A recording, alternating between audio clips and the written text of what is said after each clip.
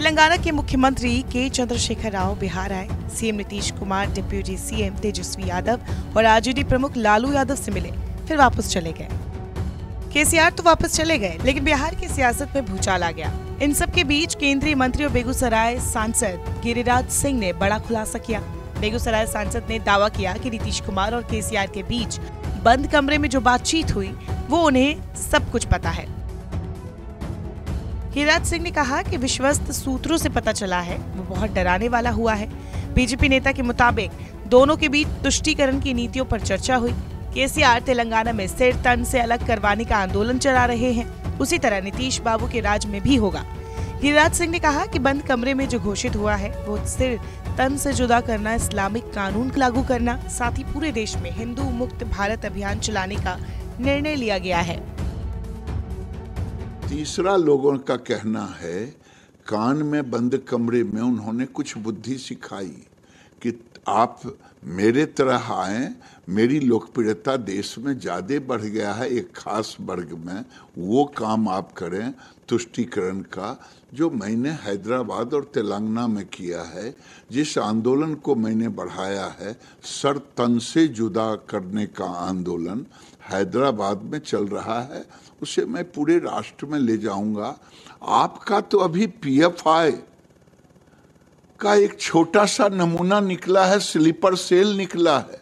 आप तो केवल 500 घरों, 500 गांव, स्कूलों में शरिया कानून लागू किए हैं। इससे आप नहीं होंगे। अगर आपको देना है, केसीआर ने नारा दिया है बंद कमरे में कि भाजपा मुक्त नहीं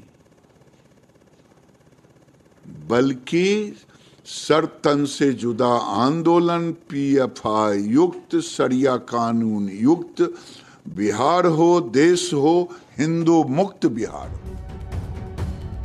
केंद्रीय मंत्री गिरिराज सिंह ने कहा कि केसीआर बिहार आकर भरी सभा में हमारे मुख्यमंत्री का चीर हरण करके चले गए, उठक बैठक करा के चले गए।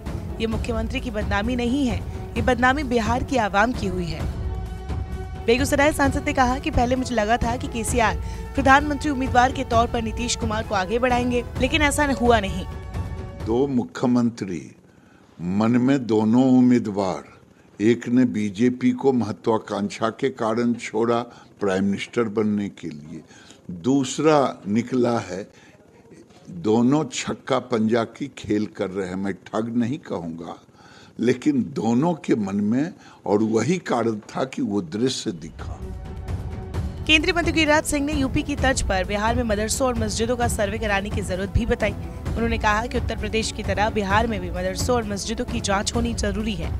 बिहार में भी खासकर सीमावर्ती इलाकों में भी यूपी की तर्ज पर मदरसों और मस्जिदों के सर्वे की जरूरत है। उन्होंने कहा कि बिहार की सीमा जो नेपाल से जुड़ा हो, बांग्लादेश की सीमा हो या बंगाल से जुड़ी सीमा हो, सभी जगह मदरसों और मस्जिदों की जांच होनी चाहिए।